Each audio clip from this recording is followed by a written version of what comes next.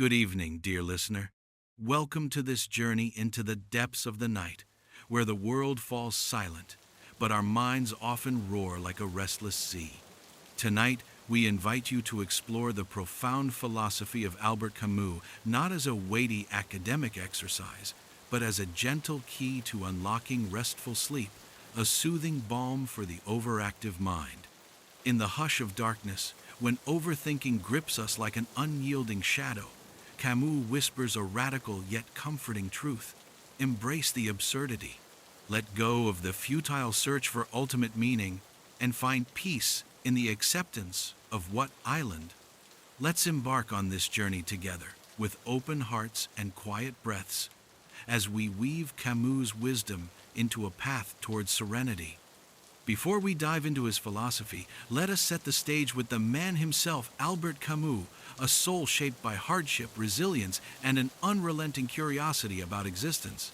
Born on November 7, 1913, in the small town of Mondovi, Algeria, then a French colony, Camus entered a world marked by scarcity and loss.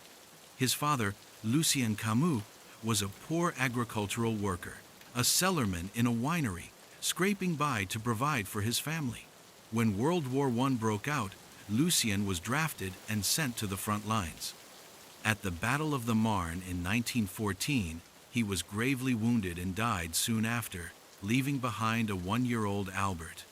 This early loss planted a seed in Camus' heart, a visceral awareness of life's fragility, its unpredictability, and its fleeting beauty. Raised in poverty by his mother, Catherine Sintes, a Spanish-descended housecleaner who was partially deaf and illiterate, Camus grew up in a cramped apartment in Algiers' working-class Belcourt neighborhood. Historical records paint a stark picture. No electricity, no running water, just the relentless North African sun beating down and the faint, salty scent of the Mediterranean Sea drifting through the air. His domineering grandmother ruled the household, adding tension to an already strained existence. Yet, amid this hardship, a spark of possibility ignited. His primary school teacher, Louis Germain, saw something extraordinary in young Albert, a keen intellect, a hunger for knowledge.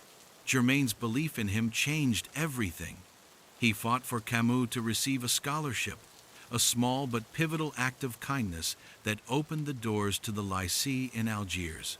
There, Camus flourished, immersing himself in philosophy and literature, setting the foundation for the ideas that would later captivate the world. Imagine, for a moment, the streets of old Algiers dusty, sunlit, alive with the chatter of vendors and the clatter of carts. The Mediterranean sparkles in the distance, a reminder of both beauty and indifference. Now, picture yourself lying in bed, the weight of the day pressing down on you. The world outside is quiet, but inside, your mind churns endless loops of what-ifs and whys, those nagging questions that seem to grow louder in the dark. Overthinking is a modern plague, but it's not new. Camus faced his own restless nights in the turbulent 1930s and 1940s, a time of political upheaval, war, and existential uncertainty. His life was no abstract thought experiment. It was grounded in real human struggle.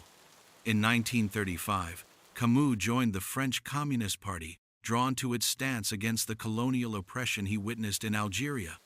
But ideological differences led him to leave in 1937, disillusioned by dogma that clashed with his fiercely independent spirit. By 1938, he was working as a journalist for Alger Republicain, a leftist newspaper where he exposed social injustices, from the exploitation of Arab workers to the inequalities of colonial rule. When World War II erupted, Camus didn't stand on the sidelines. He joined the French resistance in 1940, editing the underground newspaper Combat under the pseudonym Bouchard. These aren't mere historical footnotes, they're the threads that wove his philosophy of the absurd. War, poverty, loss, resistance, these were the raw materials of his thought, shaping his belief that life, in all its chaos, lacks inherent meaning yet demands that we live it fully. Tonight, Our journey is not just about understanding Camus' ideas, but about applying them to quiet the restless mind. We'll draw from his seminal 1942 essay, The Myth of Sisyphus, where he confronts the absurdity of existence head-on. We'll explore how accepting life's lack of ultimate meaning can free us from the chains of overthinking, guiding us toward peace. Along the way, we'll weave in a guided meditation inspired by acceptance and commitment therapy, ACT, a practice that echoes Camus' call to live authentically in the face of absurdity. And we'll close with a breathing exercise and a heartfelt story to carry you gently into sleep. So, breathe deeply now, dear listener. Let the night embrace you as we begin. Let's start with the heart of Camus' philosophy, the absurd. In The Myth of Sisyphus, Camus poses a question as old as humanity itself. Why live if life has no inherent meaning? The absurd, he explains, arises from a collision, a clash between our deep human desire for meaning and the universe's stubborn silence. We ask the world why, but it offers no answers, only the vastness of stars or the crash of waves. For Camus, this isn't a cause for despair, but a starting point for liberation. Picture Sisyphus, the figure from Greek mythology condemned to an eternity of pushing a boulder up a hill, only for it to roll back down each time he nears the top. It's a vivid image of futility, one that resonates with anyone who's ever felt trapped in repetitive thoughts or endless striving. Camus writes, "The gods had condemned Sisyphus to ceaselessly rolling a rock to the top of a mountain, whence the stone would fall back of its own weight. They had thought with some reason that there is no more dreadful punishment than futile and hopeless labor. Yet, Camus finds beauty in Sisyphus' struggle. He imagines Sisyphus descending the hill, fully aware of his fate, and choosing to embrace it. One must imagine Sisyphus happy," Camus declares, because in accepting the absurdity of his task, Sisyphus reclaims his freedom. How does this apply to you, lying awake in the quiet of the night? Overthinking often stems from our own search for meaning, trying to solve the unsolvable, to control the uncontrollable.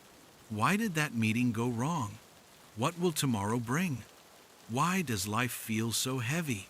These questions spiral because we demand answers the universe doesn't provide. Camus invites us to stop fighting the silence. Instead of wrestling with why, we can choose to accept that some things simply are. This acceptance isn't resignation, it's a quiet rebellion, a refusal to let the lack of meaning define us. Let's pause for a moment and notice your breath. Inhale deeply through your nose, feeling your chest rise. Hold it for a count of 4. Now exhale slowly through your mouth, letting tension slip away. This simple act of breathing anchors us in the present, a practice that aligns with Camus' call to live in the moment, fully aware of life's absurdity, yet unburdened by it. Overthinking thrives in the night because the darkness strips away distractions. Without the noise of the day, our minds turn inward, replaying conversations, forecasting fears, or chasing solutions to problems that may never arise. Psychologists call this rumination, a cycle of repetitive thoughts that can fuel anxiety and insomnia. Camus' philosophy offers a way out, not by solving the unsolvable, but by changing how we relate to our thoughts. In The Myth of Sisyphus, Camus writes, "The absurd man says yes, and his efforts will henceforth be unceasing. This yes is not blind optimism, but a courageous choice to live fully, even without ultimate answers." For those of us tossing and turning at night, this means letting go of the need to resolve every worry. The meeting that went wrong? It happened. The future that feels uncertain? It's not here yet. By accepting these truths, we free ourselves from the mental loops that keep us awake. To bring Camus' philosophy into your night, let's try a guided meditation inspired by acceptance and commitment therapy, ACT, a therapeutic approach that encourages us to accept what we cannot change, and commit to actions aligned with our values. ACT shares Camus' spirit. It's about living meaningfully, even in the face of uncertainty. Find a comfortable position, whether lying down or sitting up. Close your eyes if it feels safe to do so, and let's begin. Imagine you're standing on a quiet hill under a vast starry sky. The air is cool, the world still. In the distance, you see Sisyphus pushing his boulder, his movements steady, unhurried. Notice how he moves with purpose, not despair. Now, turn your attention to your own mind. Thoughts drift through like clouds, worries about tomorrow, memories of today. Don't fight them, don't chase them. Just notice them, as you would clouds passing in the sky. Say to yourself, softly, "These thoughts are not me. They are just thoughts." Let them float by without holding on. If a worry feels heavy, imagine placing it gently on the ground, like a stone at your feet. You don't need to carry it right now. Now, bring to mind something that matters to you of value. A person, a moment of joy. Perhaps it's the warmth of a loved one's smile, the satisfaction of creating something, or the simple beauty of a quiet morning. Let this value anchor you. Whisper to yourself, "I choose to live for this, even if the world doesn't explain itself." Feel the freedom in that choice, the release of not needing all the answers. Take a deep breath, and as you exhale, let your body soften. You are here in this moment, and that is enough. To deepen our connection to Camus' philosophy, let's return to his life, because his ideas were not born in a vacuum. The 1930s and 1940s were a crucible for Camus. After leaving the Communist Party, he poured his energy into journalism, using his pen to shine a light on the injustices of colonial Algeria. His articles for Alger Republicain exposed the exploitation of Arab and Berber communities, earning him both admiration and enemies. When the paper was shut down by censors in 1940, Camus moved to Paris, only to be swept up in the chaos of World War II. As a member of the French resistance, Camus risked his life to publish Combat, an underground newspaper that rallied against Nazi occupation. Writing under the pseudonym Bouchard, he crafted editorials that called for courage, justice, and hope in the face of tyranny. This wasn't abstract philosophy, it was a man staring into the abyss of war and choosing to act. His experiences reinforced his belief that meaning isn't found in grand cosmic truths, but in small, defiant acts of living well. Camus' life reminds us that the absurd doesn't paralyze us, it propels us. Whether it was fighting for justice in Algeria or resisting fascism in France, Camus lived his philosophy. For you, dear listener, this might mean choosing to rest tonight, to let go of the day's burdens, and trust that tomorrow will unfold as it will. It's a small act, but in the spirit of Sisyphus, it's a powerful one. Let's step back in time to understand the world that shaped Albert Camus and his philosophy of the absurd. It's the early 20th century, and the world is reeling from the aftermath of World War I, with World War II looming on the horizon. I'm picturing a smoky cafe in Paris, where intellectuals like Camus gathered to wrestle with the big questions of life. The air is thick with uncertainty. Traditional beliefs in God, progress, and human goodness have been shattered by the horrors of war, economic collapse, and political upheaval. People are asking, if the world is this chaotic, this brutal, what's the point? This is the soil from which Camus' philosophy grew, a world that felt fractured, where old answers no longer held up. To truly grasp the roots of absurdity, we need to start with Camus' own life story, because his philosophy wasn't born in a vacuum. It was forged in the fires of personal and global turmoil. Albert Camus was born on November 7, 1913 in Mondovi, a small town in French Algeria. His father, Lucien Camus, was a poor agricultural worker of Alsatian descent, and his mother, Catherine Hélène Sintez, was of Spanish origin and worked as a cleaning woman. Tragedy struck early when Camus was just 1 year old. His father was drafted into World War I and returned home gravely wounded, dying shortly after from his injuries. This left young Albert to be raised in poverty by his mother and grandmother in a cramped apartment in Algiers. Imagine that, a child growing up in the sun-drenched beauty of the Mediterranean coast, yet surrounded by the harsh realities of deprivation, colonialism, and loss.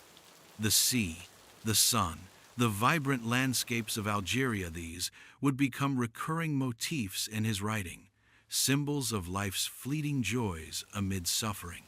Camus' early life was marked by contrasts that would later feed into his concept of the absurd.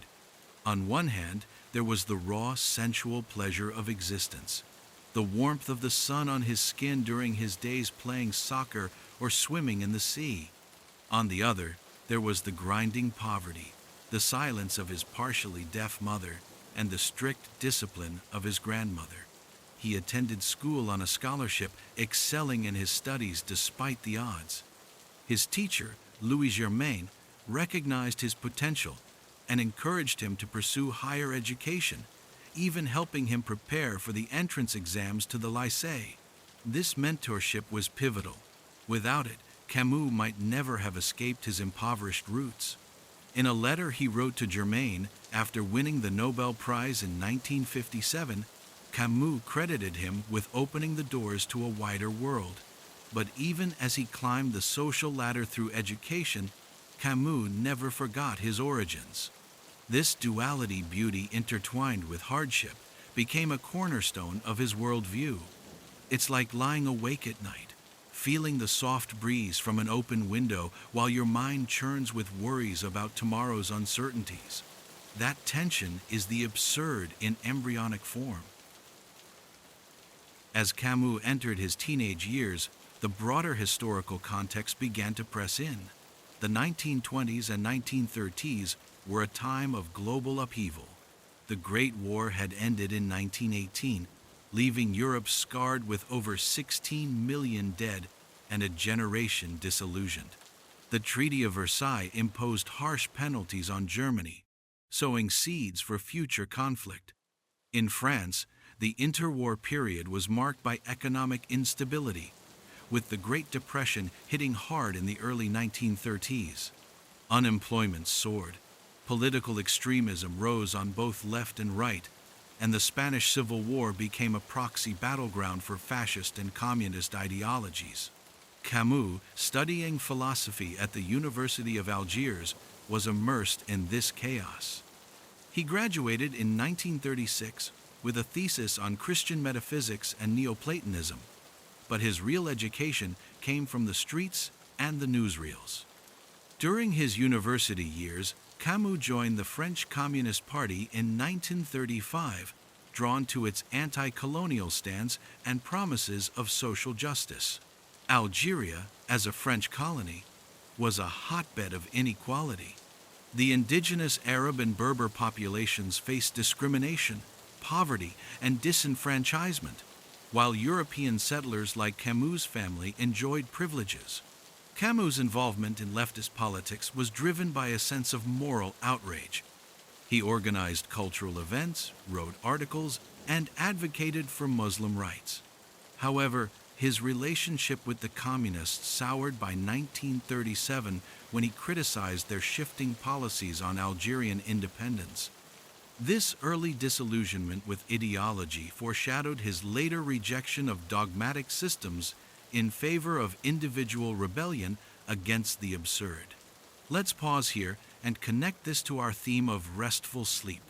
Imagine Camus as a young man, lying awake in his modest room, the sounds of Algiers filtering through the window, perhaps the call to prayer from a nearby mosque, or the distant waves crashing on the shore. His mind would race with questions: how can a world so beautiful be so unjust? Why do systems meant to liberate end up oppressing? These are the kinds of thoughts that keep us up at night today, personal echoes of larger historical forces. The absurdity arises when we seek rational explanations for irrational suffering, and the night amplifies that search, turning it into a restless quest. World War II erupted in 1939, and Camus' life took a dramatic turn. By then, he was working as a journalist for Algeria Republican, a left-wing newspaper where he honed his writing skills and exposed colonial injustices. His reports on the Kabylie region's famine in 1939 highlighted the plight of the Berber people, blending factual reporting with poignant humanism. But as the war intensified, France fell to Nazi Germany in 1940, and the Vichy regime collaborated with the occupiers. Algeria, under Vichy control, saw press freedoms curtailed, and Camus' newspaper was shut down. He moved to Paris in 1940, joining the French resistance under the pseudonym Bouchard. This period was one of clandestine danger, editing the underground newspaper Combat, forging documents, and plotting against the Nazis. The constant threat of arrest, the moral dilemmas of violence, and the pervasive sense of uncertainty deepened his philosophical reflections. It was during the war that Camus began formulating his ideas on the absurd. In 1942, he published The Myth of Sisyphus alongside his novel, The Stranger. The essay was written in the shadow of occupation, where daily life felt like a absurd farce, people going about their routines while bombs fell and freedoms evaporated. Camus drew from a rich intellectual tradition. Friedrich Nietzsche's proclamation that God is dead resonated deeply. Without a divine order, how do we find meaning? Søren Kierkegaard's leap of faith was another influence, but Camus rejected it as an evasion. Instead, he proposed confronting the absurd head-on. Fyodor Dostoevsky's novels, with their tormented characters grappling with faith and suffering, also shaped him. In The Brothers Karamazov, Ivan's rebellion against a world where innocent children suffer mirrors Camus' own outrage. The historical context of totalitarianism was crucial. Fascism and Stalinism represented the ultimate absurdity.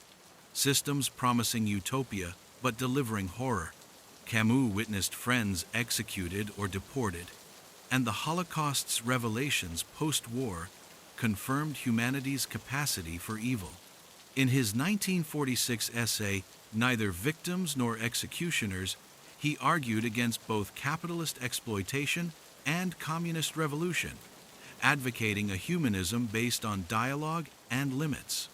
This post-war period saw Camus at the height of his influence, but also isolated. His fallout with Jean-Paul Sartre in 1952 over communism highlighted their differences. Sartre embraced political commitment, while Camus prioritized individual ethics. Back to Algeria, Camus' roots there complicated his views. He supported Muslim rights but opposed full independence, fearing it would lead to Arab domination over Europeans. This stance alienated him from both sides during the Algerian War. His 1958 plea for a truce was ignored, and he died in a car accident on January 4, 1960, at age 46, with an unfinished manuscript, The First Man, in his briefcase, a semi-autobiographical novel exploring his impoverished childhood. Now, let's weave this history back to our nighttime struggles. The world Camus lived in, war, poverty, ideological betrayal, mirrors the inner chaos we feel when sleep eludes us. Lying in bed, we might ponder, why struggle if it's all meaningless? Camus' answer, because the struggle itself is life.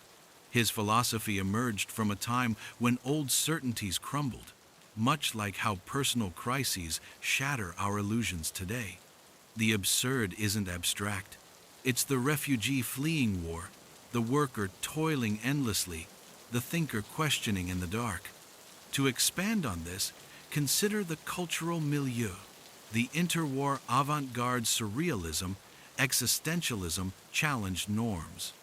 André Breton's surrealism sought to liberate the unconscious, but Camus found it escapist.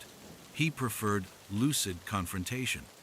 jazz from America, films like Chaplin's Modern Times captured modernity's alienation. Camus loved theater, founding the Théâtre de l'Équipe in 1935, where plays like his Caligula explored tyranny's absurdity. Economically, the Depression forced Camus into odd jobs: meteorologist, auto parts clerk, reinforcing life's precariousness. Tuberculosis, diagnosed in 1930, added personal absurdity, a body betraying him, curtailing his soccer dreams. He spent time in sanatoriums, contemplating mortality, which infused his work with urgency. Politically, his resistance role taught solidarity without illusion. Combat's motto, "From resistance to revolution," evolved into cautious humanism. Post-war, the Cold War's binaries frustrated him. He criticized both superpowers. In literature, Camus' style clear, lyrical, contrasted, dense existentialism. The Stranger's Muirsalt embodies absurd detachment, his mother's death and a murder trial highlighting life's indifference. Nighttime overthinking often stems from similar disillusionments, lost faith in progress, personal betrayals. Camus' history shows absurdity as historical, not just personal. Embracing it means accepting history's chaos without despair. His Nobel win in 1957 as the youngest literature laureate was bittersweet amid Algerian strife. He dedicated it to Germain, underscoring humble roots. Philosophically, absurdity roots in modernity's disenchantment. Enlightenment promised reason, but wars showed irrationality.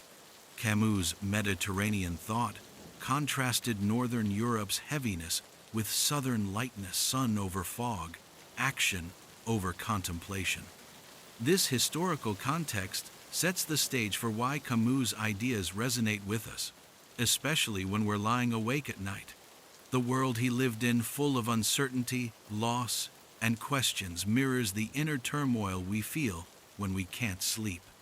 The absurd isn't just a philosophical concept, it's a feeling we know all too well. It's the weight of wondering why we're here, what we're doing, and whether any of it matters. But Camus didn't leave us in that dark place. He offered a way forward, a way to live with the absurd that we'll explore in the next chapter. For now, let's hold on to this idea. The absurd comes from the tension between our search for meaning and the world's indifference. And that tension? It's exactly what keeps us up at night. Let's start with the essence of the absurd, because it's not just a word, it's a feeling, a tension, a lived experience. Camus defined the absurd as the conflict between our human desire for meaning, purpose, and clarity, and the universe's refusal to provide it. Imagine you're lying awake at 2 a.m., staring at the ceiling, your mind racing with big questions. Why do I exist? What's the point of my struggles? You're searching for a grand narrative, a reason that ties it all together: your job, your relationships, your dreams. But the universe doesn't answer. It's silent, indifferent, like the vast night sky stretching endlessly above. That silence, that gap between what you crave and what you get, is the absurd.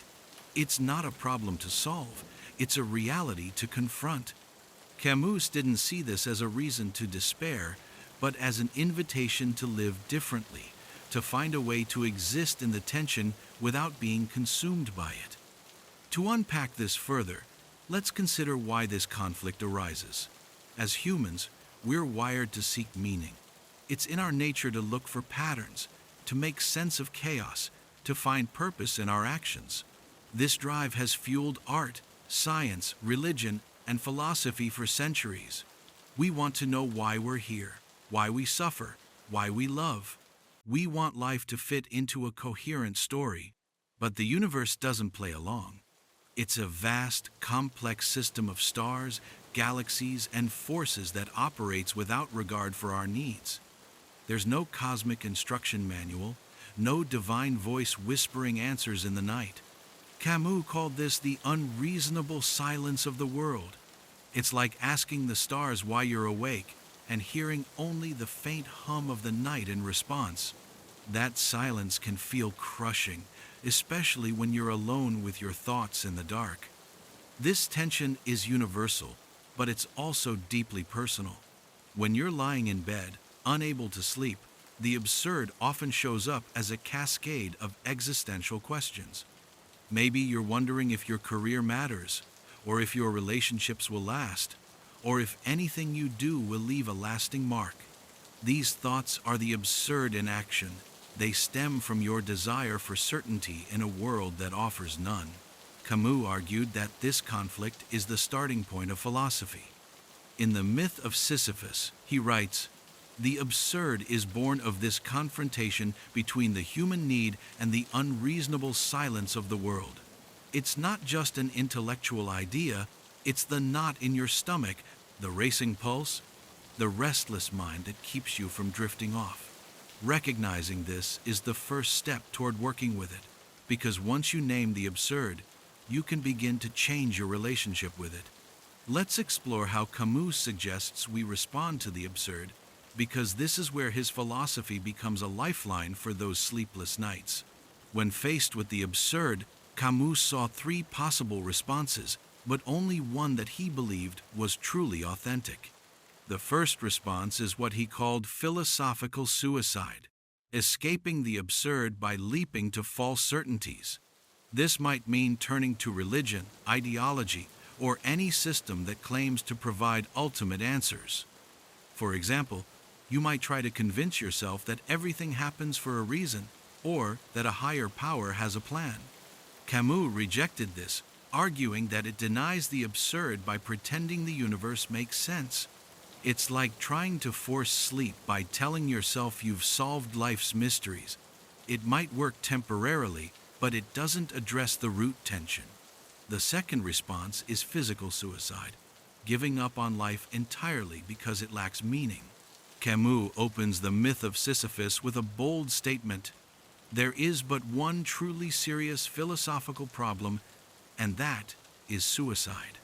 Judging whether life is or is not worth living amounts to answering the fundamental question of philosophy. When you're awake at night, wrestling with existential dread, this question can feel all too real. Does life's apparent meaninglessness make it unbearable? Camus emphatically says no. He argues that suicide is another form of escape, a refusal to face the absurd.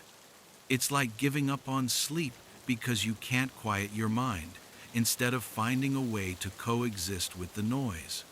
The third response, and the one Camus champions, is embracing the absurd. This means accepting the lack of ultimate meaning without despair or denial, and choosing to live fully anyway. It's a radical act of defiance, a refusal to let the universe's silence define you. Camus illustrates this with the Myth of Sisyphus, the Greek figure condemned to roll a boulder up a hill for eternity, only for it to roll back down each time. Sisyphus' task is the ultimate symbol of absurdity. It's repetitive, pointless, and unending. Yet Camus imagines Sisyphus as defiant, even happy. Why? Because Sisyphus owns his struggle. He doesn't hope for a different outcome or despair over the pointlessness. He rolls the boulder because it's his to roll, finding meaning in the act itself, not in some distant goal. Let's bring this to our sleepless nights. When you're lying awake, caught in a loop of overthinking, you're often trying to push your own boulder to the top of the hill, searching for answers to questions like, "What's my purpose?" Or, "Why does life feel so hard?" Camus' philosophy tells us you don't need to reach the top to find peace. You can embrace the absurd by letting go of the need for answers. Instead of fighting your thoughts, you can say, "These questions are part of being human. I don't need to solve them tonight." This shift is like Sisyphus walking back down the hill, not defeated, but liberated. It's about finding joy in the act of living, even in the uncertainty of the night. To make this practical, let's consider how the absurd shows up in our thoughts and how we can work with it. When you're awake, your mind might be spinning with what psychologists call cognitive distortions, thoughts that feel true but aren't necessarily so. For example, you might think, "My life is meaningless because I haven't achieved enough." This is the absurd at work. You're seeking a clear purpose, but life doesn't provide one. Camus would urge you to notice this thought without clinging to it. Instead of trying to prove your life's worth, you can say, "I'm having this thought and I don't need to resolve it now." This act of noticing, rather than engaging, is a way of embracing the absurd. It's acknowledging the tension without letting it consume you. Another core concept is what Camus calls revolt. This isn't rebellion in the sense of fighting or destruction. It's a refusal to surrender to despair or false hope. Revolt is about living with full awareness of the absurd, choosing to act, love, and create despite the lack of ultimate meaning. In the context of sleep, revolt might mean choosing to prioritize rest, even when your mind is screaming that you need to figure everything out. It's saying, "I'm going to close my eyes and breathe, not because I've solved the universe, but because rest is an act of defiance against the chaos of my thoughts." This is Sisyphus rolling his boulder with purpose, not because he'll reach the top, but because the act itself is enough. Camus also emphasizes freedom and passion as part of embracing the absurd. Freedom comes from letting go of the need for cosmic certainty. When you stop demanding that life makes sense, you're free to live in the moment, to notice the softness of your pillow, the rhythm of your breath, the quiet beauty of the night. Passion is about throwing yourself into life's experiences, even the small ones. For Camus, this might mean savoring a sunset or writing a novel. For you, it could mean savoring the act of resting, of being present with your body and breath, even if your mind is restless. These concepts, revolt, freedom, passion, form a triad that Camus saw as the antidote to the absurd's paralyzing effect. Let's pause and reflect on why this matters for sleep. When you're caught in nighttime overthinking, you're often stuck in a cycle of seeking answers that don't exist. The absurd tells us that this cycle is part of being human, but it doesn't have to trap us. By embracing the absurd, you can shift your focus from solving life's mysteries to living in the present. Imagine lying in bed, feeling the weight of existential questions, and instead of fighting them, you say, "I see you, thoughts. You're part of the absurd, and I'm going to rest anyway." This is the freedom Camus talks about. The freedom to choose rest, to choose life, even in the face of uncertainty. To deepen this, let's look at how Camus' absurd connects to other philosophical ideas. He was influenced by Nietzsche's concept of amor fati, loving one's fate. For Nietzsche, this meant embracing every aspect of life, even suffering, as necessary and beautiful. Camus adapts this, suggesting that we can love the absurd not by pretending it's meaningful, but by living fully within it. Similarly, existentialists like Jean-Paul Sartre emphasized creating one's own meaning, but Camus diverged here. Sartre believed we must invent purpose through our choices. Camus argued that we can live without purpose, finding value in the act of living itself. This distinction is key for sleep. You don't need to create a grand meaning for your life to rest. You can simply be, like Sisyphus, finding enough in the moment. Another layer of the absurd is its emotional weight. Camus acknowledged that confronting the absurd can evoke feelings of anxiety, alienation, or even nausea, a term borrowed from Sartre. When you're awake at night, these emotions can feel overwhelming, like a wave crashing over you. But Camus saw these feelings as a starting point, not an end point. The absurd isn't meant to paralyze, it's meant to awaken. It's a call to live with clarity, to see the world as it is, beautiful, indifferent, chaotic, and choose to engage with it anyway. For sleep, this means acknowledging the anxiety of your thoughts without letting it define you. You can feel the weight of the absurd and still choose to breathe, to relax, to let go. Let's make this even more tangible with an example. Suppose you're lying in bed thinking, what if my life amounts to nothing? This thought is a classic expression of the absurd, your desire for significance clashing with the possibility that life has no inherent meaning. Instead of spiraling into despair or trying to convince yourself that you're destined for greatness, you can practice Camus' revolt. Say to yourself, this thought is here and I don't need to answer it. I'm going to focus on my breath on this moment. Then take a slow breath, feeling your chest rise and fall. This small act is an embrace of the absurd. It's choosing to live, to rest, despite the unanswered question. Camus also explores the absurd through art, literature, and everyday life. He believed that artists, like Sisyphus, create without expecting eternal significance. A painter paints, a writer writes, not because their work will solve the universe's mysteries, but because the act of creation is meaningful in itself. For you, this might translate to finding meaning in small nighttime rituals, adjusting your pillow, sipping water, closing your eyes. These acts don't need to lead to profound revelations. They're enough because they're yours. This is the passion Camus championed, living fully in the ordinary, even in the absurd. To expand further, let's consider the absurd in relation to time. Camus saw life as finite, which intensifies the absurd. We want eternal meaning, but our lives are temporary. At night, this can manifest as fears about mortality or wasted time. Camus' response is to embrace the present.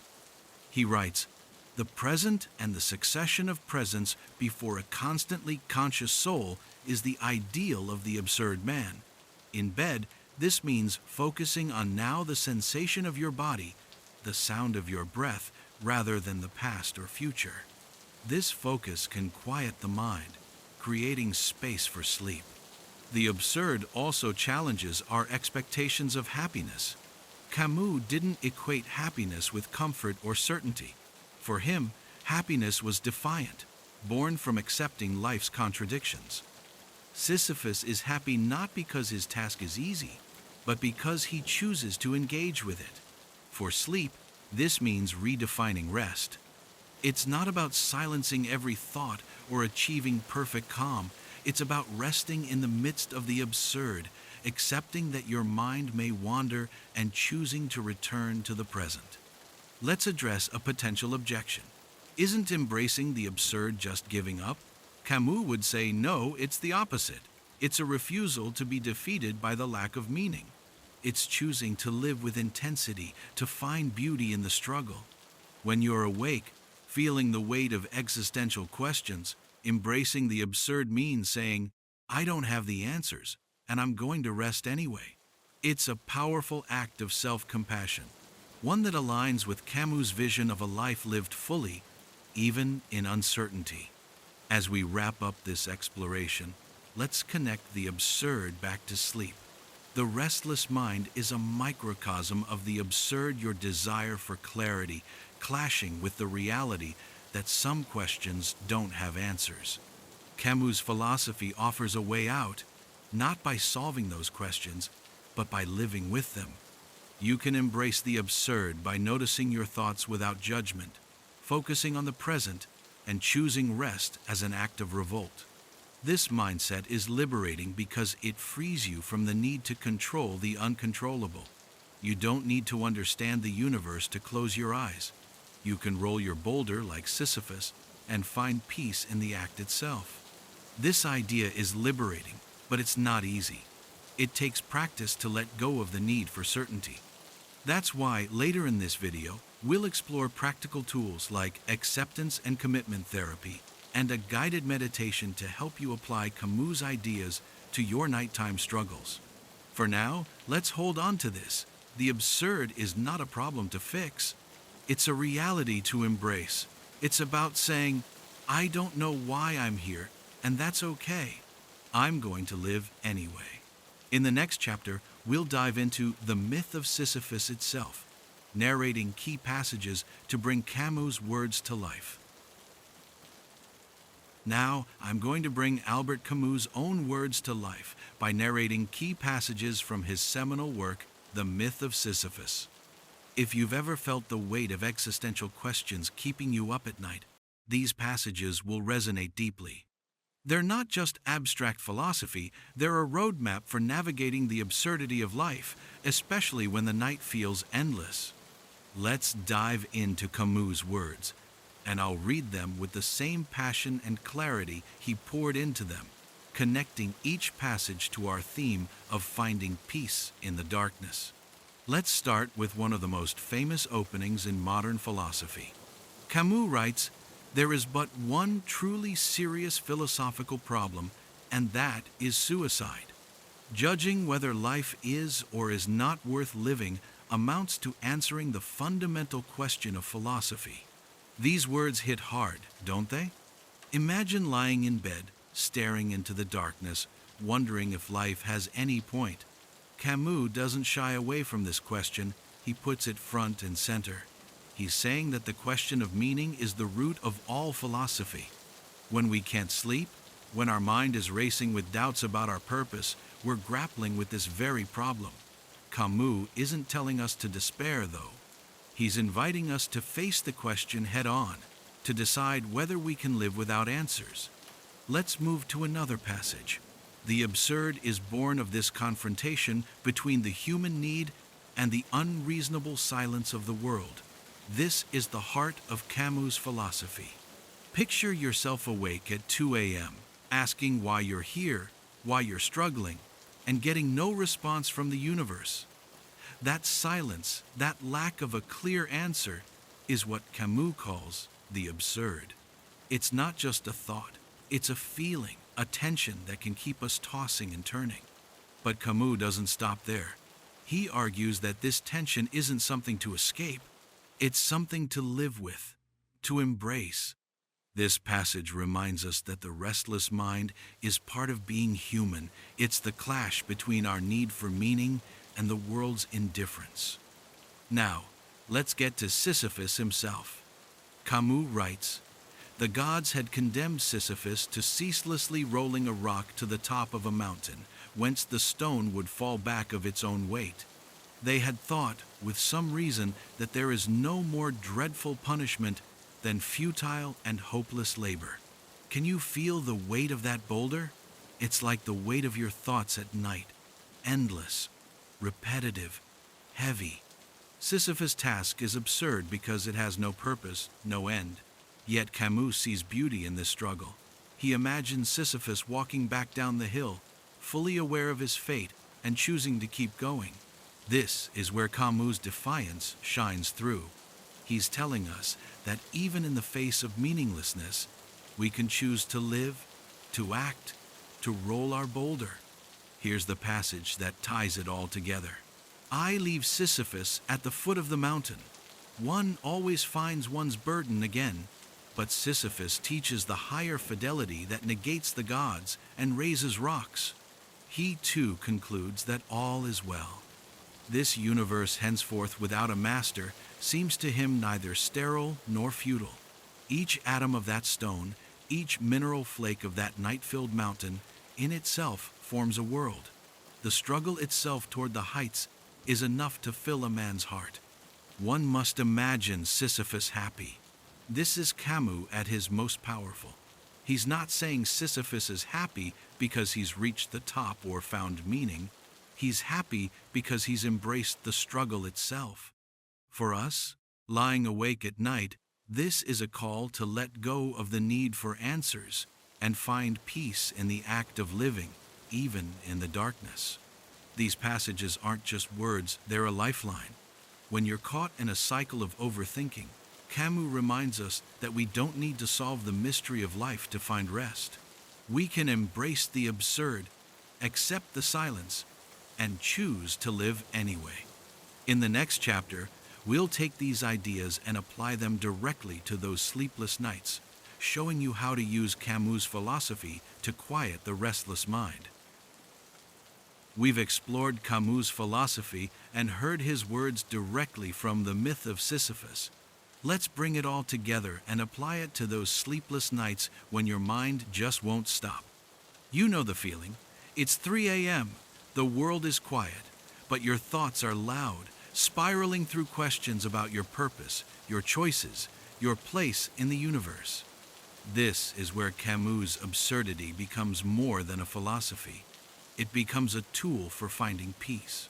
In this chapter, I'm going to walk you through how to use the concept of the absurd to tame nighttime overthinking and pave the way for restful sleep. Let's start with the problem. When you're lying awake, your mind is often caught in a loop, trying to solve the unsolvable. Maybe you're replaying a conversation, worrying about the future, or wrestling with big questions like, what's the point of it all? This is the absurd in action, the clash between your desire for meaning and the universe's silence. Camus' insight is that we don't need to resolve this tension to find peace. Instead, we can embrace it. We can say, I don't have all the answers, and that's okay.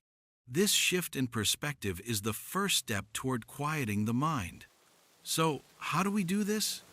Let's break it down into practical steps. First, recognize the absurd when it shows up. When you catch yourself spiraling into existential questions, name it. This is the absurd. I'm searching for meaning, and the universe isn't answering. This simple act of naming can create distance between you and your thoughts, helping you see them for what they are, not truths, but questions. Camus didn't try to answer the question of life's meaning. He accepted that it might not have one and chose to live anyway. You can do the same with your nighttime thoughts. Acknowledge them, but don't let them define you. Next, let go of the need to solve everything. Overthinking often comes from a belief that if you just think hard enough, you'll find the answer. But Camus teaches us that some questions don't have answers, and that's not a failure, it's just reality. Try this. When a big existential thought pops up, say to yourself, I don't need to solve this tonight. Imagine it's like Sisyphus' boulder, you don't have to get it to the top of the hill. Just let it be. This act of letting go can feel like a weight lifting off your chest, creating space for rest. Another way to apply absurdity is to focus on the present moment. Camus' Sisyphus finds meaning in the act of rolling the boulder, not in some distant goal. When you're awake at night, try shifting your attention to the here and now. Notice the feel of your pillow, the sound of your breath, the coolness of the air. These small sensory details can anchor you in the moment, pulling you out of the spiral of overthinking. It's not about escaping the absurd, it's about living with it, finding beauty in the act of being alive, even in the middle of the night. Finally, embrace defiance, just like Sisyphus. Camus imagined Sisyphus as happy because he refused to let the gods or the absurdity of his task defeat him. You can do the same with your restless mind. Tell yourself, I'm going to rest, not because I've solved life's mysteries, but because I choose to live anyway. This defiance isn't about fighting your thoughts, it's about choosing to prioritize rest over endless questioning. It's a powerful act of self-compassion, one that aligns with Camus' call to live passionately in the face of absurdity. These steps, recognizing the absurd, letting go of the need for answers, focusing on the present, and embracing defiance, are the bridge between Camus' philosophy and your sleepless nights. They're not about erasing your thoughts, but about changing your relationship with them. In the next chapter, we'll introduce acceptance and commitment therapy, a practical framework that complements Camus' ideas and gives you even more tools to quiet the mind and find rest. We've explored Camus' philosophy of the absurd and how it can help us navigate nighttime overthinking. Now, let's add a powerful tool to our toolkit: acceptance and commitment therapy, or ACT. If Camus gives us the mindset to embrace the absurd, ACT gives us the practical steps to live it. In this chapter, I'm going to introduce you to ACT, explain how it aligns with Camus' ideas, and show you how it can help you find peace when your mind is racing at night. So, what is ACT? At its core, acceptance and commitment therapy is a psychological approach that helps you live a meaningful life by accepting what you can't control and committing to actions that align with your values. Developed by psychologist Stephen C. Hayes in the 1980s, ACT is grounded in the idea that struggling against painful thoughts or emotions often makes them worse. Instead of fighting your thoughts, ACT teaches you to accept them, observe them without judgment, and focus on what matters to you. Sound familiar? It's strikingly similar to Camus' idea of embracing the absurd, accepting the tension of life's unanswered questions, and choosing to live fully anyway. Let's break down the key principles of ACT and how they apply to our sleepless nights. ACT is built on 6 core processes, but for our purposes, we'll focus on 3 that are especially relevant: acceptance, diffusion, and values-based action. Acceptance means allowing your thoughts and feelings to exist without trying to change or suppress them. When you're lying awake, worrying about the meaning of life, acceptance might look like saying, "Okay, I'm having these thoughts. I don't need to fight them." This mirrors Camus' call to live with the absurd rather than trying to resolve it. Diffusion is about stepping back from your thoughts and seeing them as just thoughts, not facts. Imagine you're awake thinking, "My life has no purpose." Diffusion helps you say, "I'm having the thought that my life has no purpose," creating distance between you and the thought. This is like Camus' Sisyphus, who doesn't let the meaninglessness of his task define him. By diffusing from your thoughts, you reduce their power to keep you awake, making it easier to let them pass like clouds in the night sky. Values-based action is about focusing on what matters to you and taking steps toward it, even when life feels uncertain. For Camus, this might be Sisyphus finding joy in rolling his boulder. For you, it could mean valuing rest and choosing actions like a breathing exercise or meditation that help you sleep. ACT encourages you to act in ways that align with your values, even when your mind is full of existential questions. If rest is important to you, you can choose to prioritize it, even if you haven't solved the mystery of life's meaning. How does this help with sleep? When you're caught in nighttime overthinking, ACT gives you a framework to stop wrestling with your thoughts and start living in the moment. Instead of trying to answer every question or silence every worry, you can accept your thoughts, observe them without judgment, and choose actions that help you rest. This approach complements Camus' philosophy perfectly. Both are about living fully in the face of uncertainty, embracing the absurd rather than fighting it. In the next chapter, we'll put ACT into practice with a guided meditation designed to help you release judgment and find peace in the night. For now, let's hold on to this idea. ACT is a practical way to embody Camus' defiance, helping you let go of the need for answers and find rest in the absurd. It's about saying, "I don't have to solve everything tonight. I can choose rest instead." Now that we've introduced acceptance and commitment therapy and its connection to Camus' philosophy, it's time to put it into practice.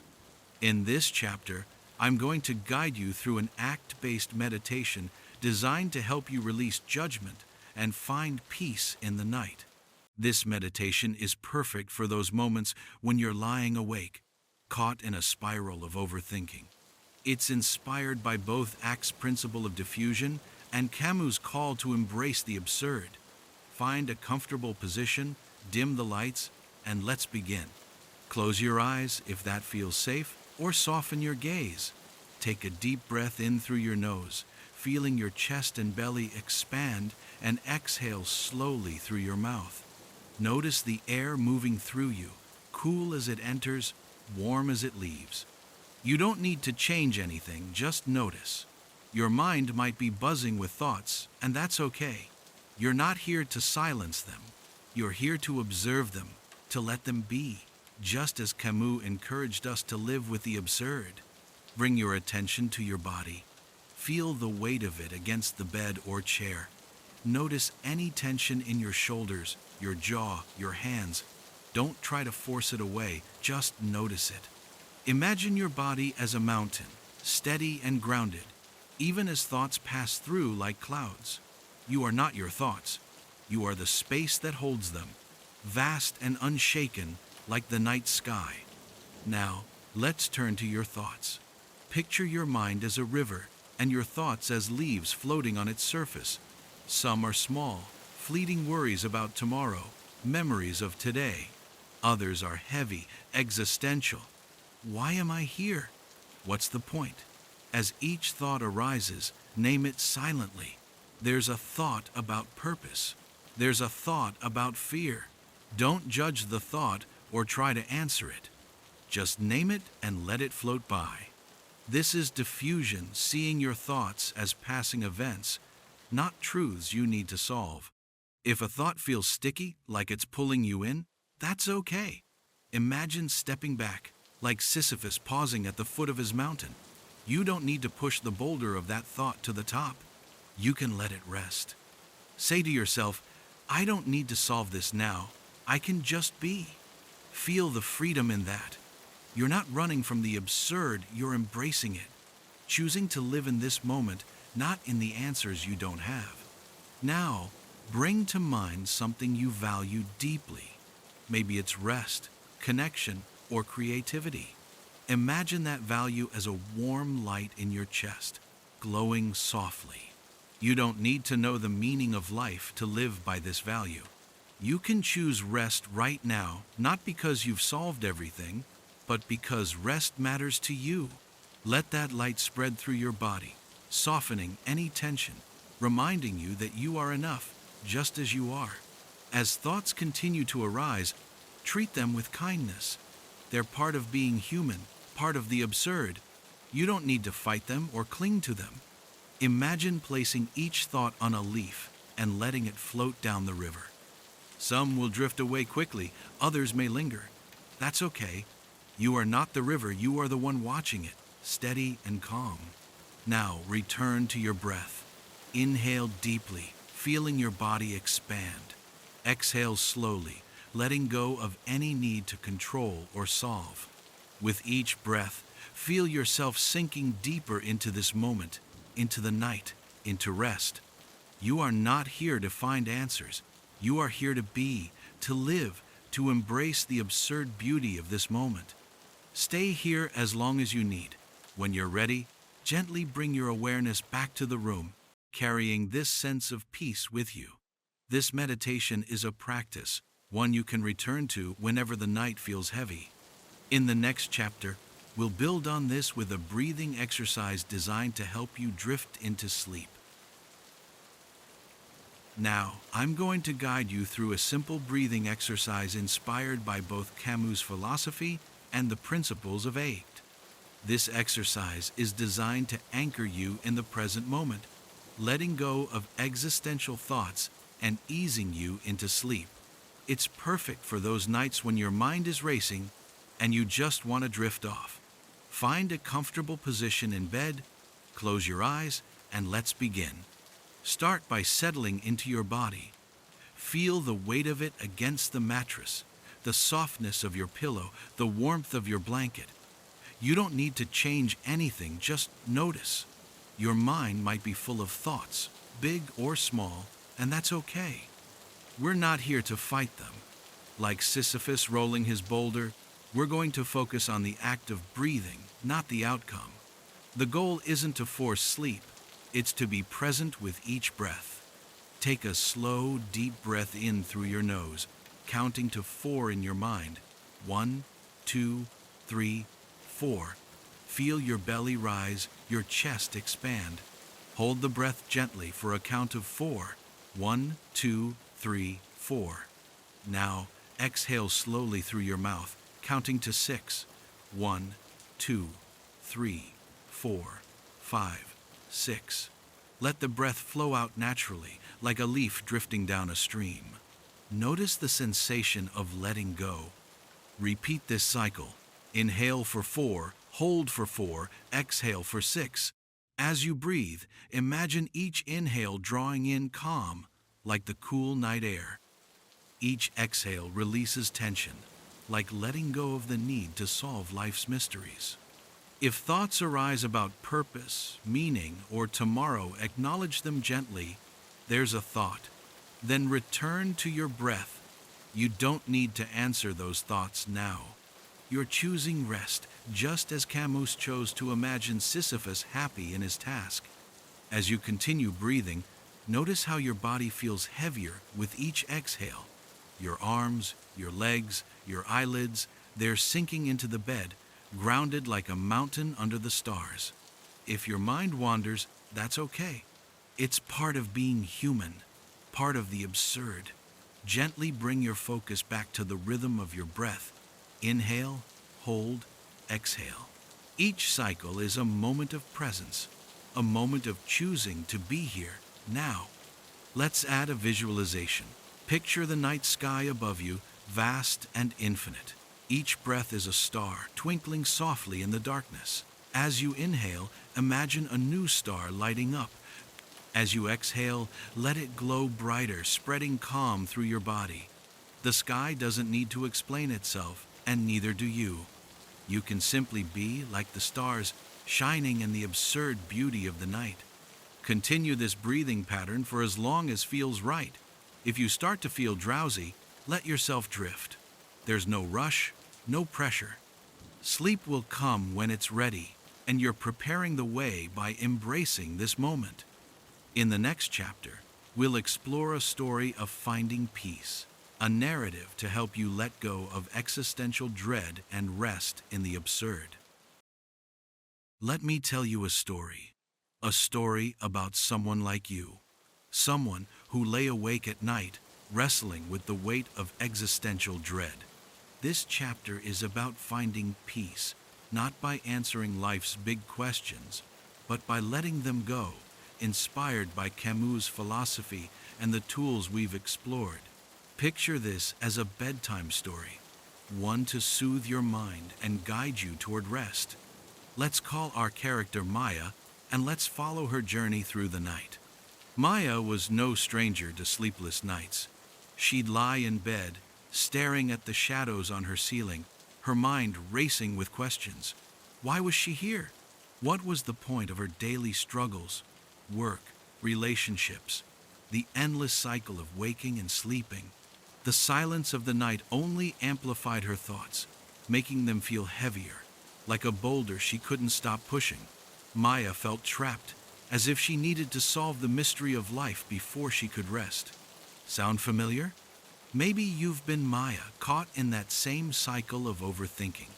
One night, Maya stumbled across a book that changed everything. The Myth of Sisyphus by Albert Camus. As she read about the absurd, the tension between her need for meaning and the universe's silence, she felt a spark of recognition. This was her struggle laid bare. But Camus didn't offer despair. He offered a way forward. Embrace the absurd. Live with the questions. Find joy in the act of living, not in the answers. Maya decided to try it, to see if she could let go of her need for certainty and find peace in the night. She started small. When a thought like, "What's the point of my life?" arose, she didn't try to answer it. Instead, she named it, "There's that thought again." This was her first step toward diffusion, a tool from acceptance and commitment therapy. By naming her thoughts, she created distance, seeing them as passing clouds rather than truths she had to wrestle with. It wasn't easy. Her mind wanted to cling to the questions, but with practice, she felt the grip of those thoughts loosen. Maya also began to focus on the present moment. Lying in bed, she'd notice the feel of her blanket, the sound of her breath, the faint hum of the night outside her window. These small details became her anchor, pulling her out of the spiral of existential dread. She thought of Sisyphus, rolling his boulder not because it would lead somewhere, but because it was his to roll. Maya decided that her boulder was the act of living, breathing, feeling, being. She didn't need to solve the universe to find meaning in that. One night, Maya tried a breathing exercise, like the one we explored earlier. She inhaled for 4, held for 4, exhaled for 6, letting each breath ground her in the moment. As she breathed, she imagined herself as Sisyphus, walking back down the hill, not defeated, but defiant. She didn't need to reach the top. She could choose rest, not because she'd found all the answers, but because rest was a value she held dear. With each exhale, she let go of the need to know, embracing the absurd beauty of the night. Over time, Maya's nights changed. The questions still came. Why am I here? What does it all mean? But they no longer held her hostage. She'd smile at them, like old friends passing through, and return to her breath, her body, her values.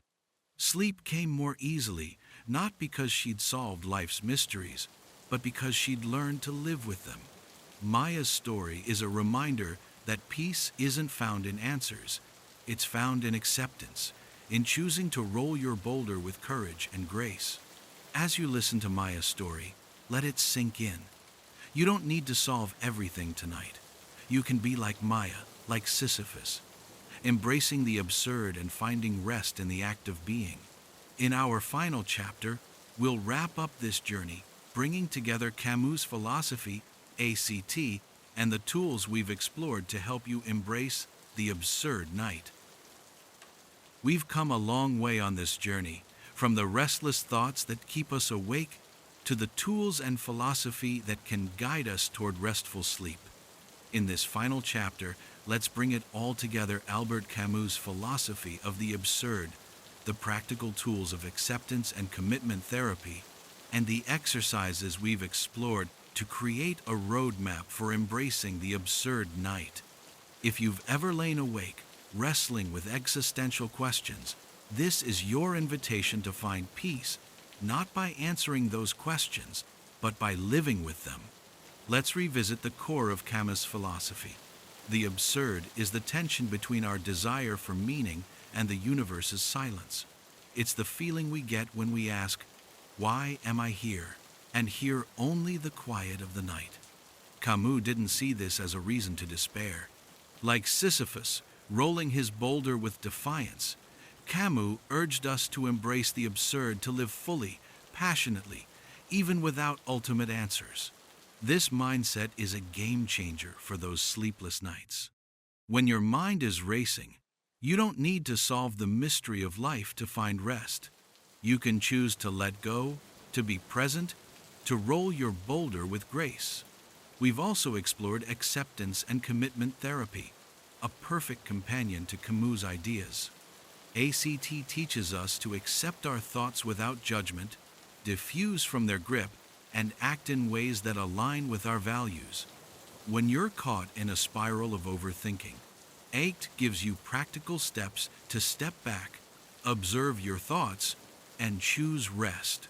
The guided meditation and breathing exercise we practiced are tools you can return to whenever the night feels heavy. They're ways to embody Camus' defiance, to say, "I don't have all the answers, and I'm going to rest anyway." Let's reflect on the journey we've taken. We started with the restless mind, those moments when the silence of the night amplifies our deepest questions. We explored Camus' historical context, a world of uncertainty that gave birth to his philosophy. We dove into the core concepts of the absurd, learning that it's not a problem to solve, but a reality to embrace. We heard Camus' own words from the Myth of Sisyphus, finding inspiration in Sisyphus' defiance. We applied these ideas to nighttime overthinking, using ACT to let go of the need for answers. And through a meditation, a breathing exercise, and a story, we found practical ways to find peace in the absurd. So, what does it mean to embrace the absurd night? It means lying in bed, feeling the weight of your questions, and choosing to rest anyway. It means seeing your thoughts as passing clouds, not truths you need to wrestle with. It means valuing rest, not because it solves everything, but because it's a small, beautiful act of living. It means being like Sisyphus, finding joy in the act of rolling your boulder, even if it never reaches the top. The absurd night isn't your enemy, it's your canvas, a space to practice acceptance, defiance, and peace. As you move forward, carry these tools with you. When the night feels heavy, return to your breath. Inhale for 4, hold for 4, exhale for 6. When thoughts spiral, name them and let them float by. When existential dread creeps in, remember Maya's story and Camus' words, "The struggle itself toward the heights is enough to fill a man's heart." You don't need to solve the universe to sleep. You can embrace the absurd, choose rest, and find peace in the night. Thank you for joining me on this journey. If this video resonated with you, please like, comment, and subscribe for more content on finding peace in a chaotic world. Share your thoughts below. How do you handle those restless nights? And if you want to dive deeper, check out the Myth of Sisyphus or explore ACT resources online. For now, dim the lights, take a deep breath, and let's embrace the absurd night together. Good night, and may you find rest.